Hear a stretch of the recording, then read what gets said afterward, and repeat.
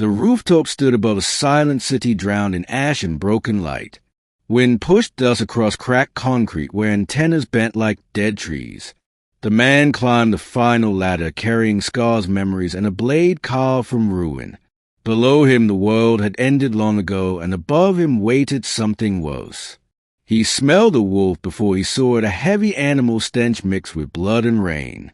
The giant wolf emerged from shadow larger than any beast that should still live. Its eyes burned with old hunger and strange intelligence born after the fall. This was not a normal animal, but a ruler of the broken streets below. The man tightened his grip on the blade, feeling the cold bite of metal. He remembered the night the sky burned and cities screamed under falling fire. He remembered losing his family to chaos and learning to survive alone. The wolf stepped forward, claws scraping concrete, sparks jumping into the dark. Each step shook the rooftop and echoed through empty towers. The man did not run because there was nowhere left to flee. He raised his blade and shouted into the wind, challenging fate itself. The wolf answered with a roar that rolled across the ruined skyline. Broken windows shattered further as if fear itself carried weight. Rain began to fall, washing ash into gray rivers along the rooftop. The man moved first, circling slow and steady like a hunter of old. The wolf lunged with impossible speed, jaws snapping inches from his throat. He rolled across the ground, feeling hot breath and death pass over him. The blade slashed fur, drawing dark blood that steamed in the cold air. The wolf howled more in anger than pain and struck with a massive paw. The blow sent the man sliding toward the edge where the city waited below. He caught himself on twisted rebar muscles, screaming as rain blurred his vision. Memories flashed of training alone, fighting shadows, learning to never stop. He pulled himself up as a wolf charged again, teeth bared wide. This time he stood his ground, planting his feet against the storm. The blade met flesh again and again, each strike earned with pain. The wolf bit his arm, crushing armor and bone in one brutal snap. The man screamed, but used the pain to drive the blade deeper. Blood poured across concrete, mixing with rain and ash. The wolf released him and staggered, yet still it refused to fall.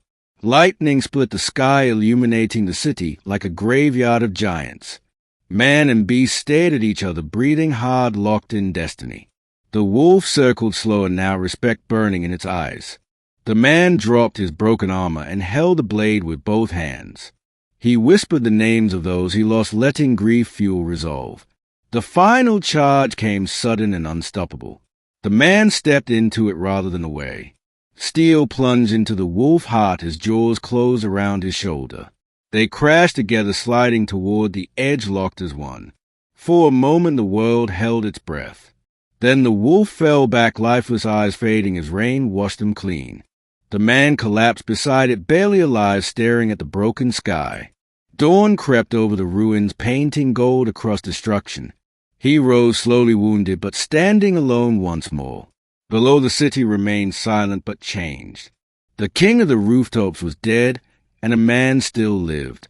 He walked away into the new light, carrying pain, victory, and hope. The apocalypse had not ended him, and neither had the beast. He limped toward the far side of the rooftop, every step echoing with exhaustion.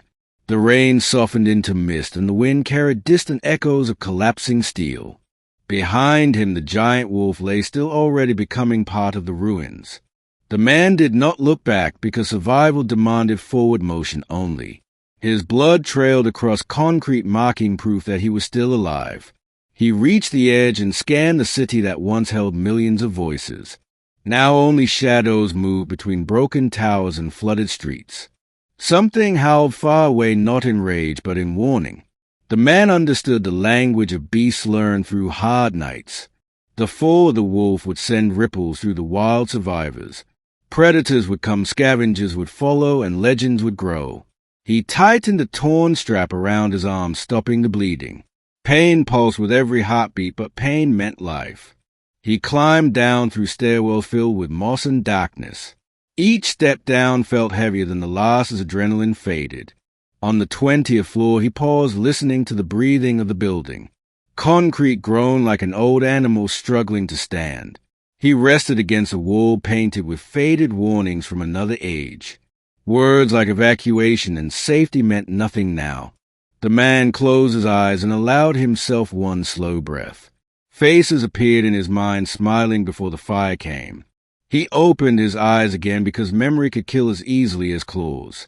On the ground level, the air smelled of wet rust and rot. He moved through alleys where vines claimed cars and bones lay scattered.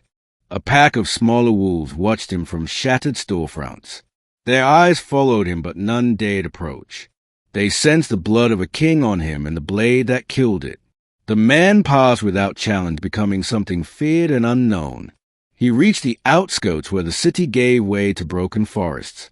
Trees twisted by radiation leaned like survivors scarred but standing. He found a river running black, yet drinkable after filtering. There he washed the blood from his hands and blade. The water carried it away toward places he would never see. As night fell, he built a small fire hidden between stones. Flames danced weakly, but enough to keep the dark at bay. He ate dried meat and stared into the fire, seeing futures flicker. The world was cruel but not empty. Life still fought in every shadow, and so would he. The legend of the rooftop battle would spread without words. Creatures would remember and humans would whisper. A man faced a giant wolf and lived, not because he was strongest, but because he refused to fall. At dawn he would move again toward rumors of safe ground, toward other survivors, toward meaning beyond survival. The apocalypse had taken everything except his will, and as long as that remained, the world was not finished.